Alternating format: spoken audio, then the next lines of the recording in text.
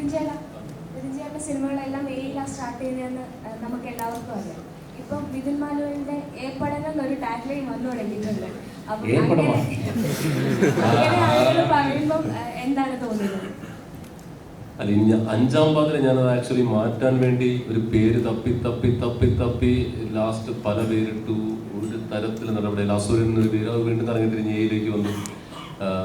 Last അഞ്ചാം പാതിര എന്നുള്ള പേര് ഫൈനലായപ്പോൾ ഞാൻ വിചാരിച്ചു ഇനിയിപ്പോൾ എന്തായാലും ഏപ്പടങ്ങളെ ചെയ്യുന്നു. ആക്ച്വലി ഇടയ്ക്ക് ഞാൻ ചോദിച്ചാൽ ശരിക്കും ഒരു ഏപ്പടം ചെയ്ത് നോക്കിയാലോ എന്ന് വരെ ആലോചിച്ചിട്ടുണ്ട്. അതും ആ പരീക്ഷത്തിൽ പോലും ചിലപ്പോൾ മുതിർന്നേക്കാം. അതിൻ്റെ പേരപ്പോൾ വെറും ഏന്ന് മാത്രമേ ഉണ്ടാവുള്ളൂ.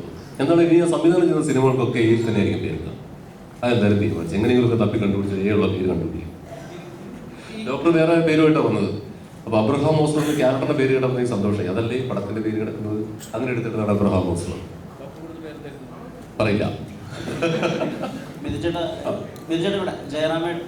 ജയറാമേട്ടനോടൊപ്പം അല്ലെങ്കിൽ മമ്മൂട്ടിയോടൊപ്പം നമ്മൾ എടുത്തു പറയേണ്ട പേരാണ് ഇതിലെ ജഗദീശ്വരൻ. അദ്ദേഹം ചെയ്തിട്ടുള്ള പെർഫോമൻസ്, അദ്ദേഹം കരിയറിൽ റീഡിഫൈനിങ് തന്നെ നടത്തിയിട്ടുണ്ട് ക്യാരക്ടർ റോൾസ്. അപ്പോൾ അദ്ദേഹത്തിന് വേണ്ടിയിട്ടുള്ള സീൻസ് അല്ലെങ്കിൽ അതെടുക്കുമ്പോൾ അദ്ദേഹം ഇതുവരെ കാണിക്കാത്ത കുറേ റിയാക്ഷൻസ് ഒക്കെ ഇതിലുണ്ട്. ജഗദീശ്വരനെ കാസ്റ്റ് ചെയ്യുമ്പോൾ ഇതുപോലെ ഒരു വേർഷനാണോ പ്രതീക്ഷിച്ചത്? തീർച്ചയായും ഇതുപോലൊരു വേർഷൻ പ്രതീക്ഷിക്കാവുന്ന ഒരു നടൻ തന്നെയാണ് അദ്ദേഹം. എനിക്ക് കോമ്പിനേഷൻസ് ഒക്കെ വർക്കൗട്ട് ചെയ്ത് ഇവരുടെയൊക്കെ പെർഫോമൻസുകൾ ഇങ്ങനെ വന്നപ്പം ട്രൂലി ഇതിനകത്ത് മമ്മൂക്ക, ജയറാമേട്ടൻ, ജഗദീഷ് ഏട്ടൻ അവരൊക്കെയുള്ള കോമ്പിനേഷനൊക്കെ വർക്കൗട്ട് ചെയ്തപ്പോൾ that was actually A directors delight.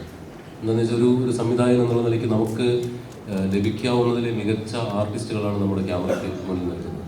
അതുപോലെ തന്നെ എനിക്ക് ഒരുപാട് സന്തോഷമായ കാര്യമാണ് ഇതിലെ അല്പം ഇമോഷണലായിട്ടുള്ള ഒരു കഥയിലേക്ക് നമ്മൾ പോകുമ്പോൾ നമ്മുടെ പിന്നിലിരിക്കുന്ന പിള്ളേർ അവർ ഗംഭീരമായിട്ട് അവർ കൊടുത്ത വേഷങ്ങൾ ഉള്ളത്.